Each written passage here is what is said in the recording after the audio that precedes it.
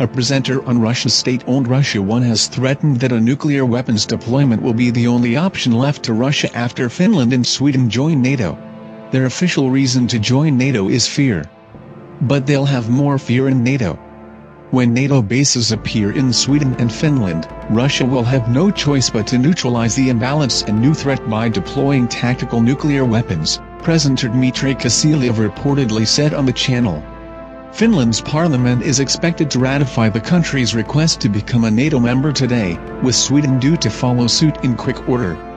The two countries are overtly defying the Kremlin's recent threats against them joining NATO, with their decision to end decades of neutrality being almost entirely motivated by the Russian invasion of Ukraine.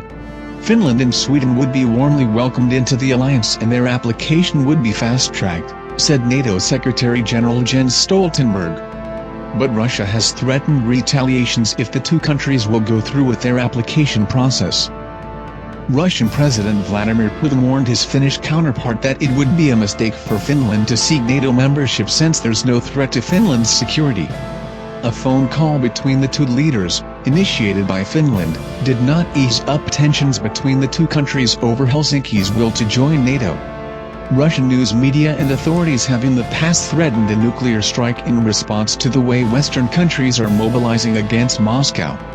Back in April, Russian journalist and editor-in-chief of Russian state-controlled RT, Margarita Simonian, wrote on Telegram that British support of Ukrainian strikes on Russian soil left Moscow no other option than the complete destruction of Ukraine and a nuclear strike.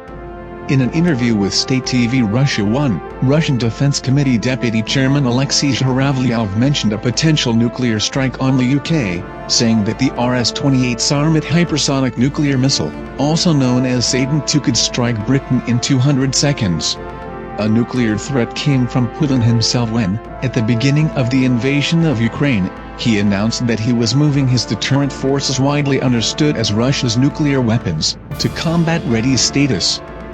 But despite these harsh warnings and threats, the actual risk of a Russian nuclear strike in response to Finland and Sweden joining NATO is unclear.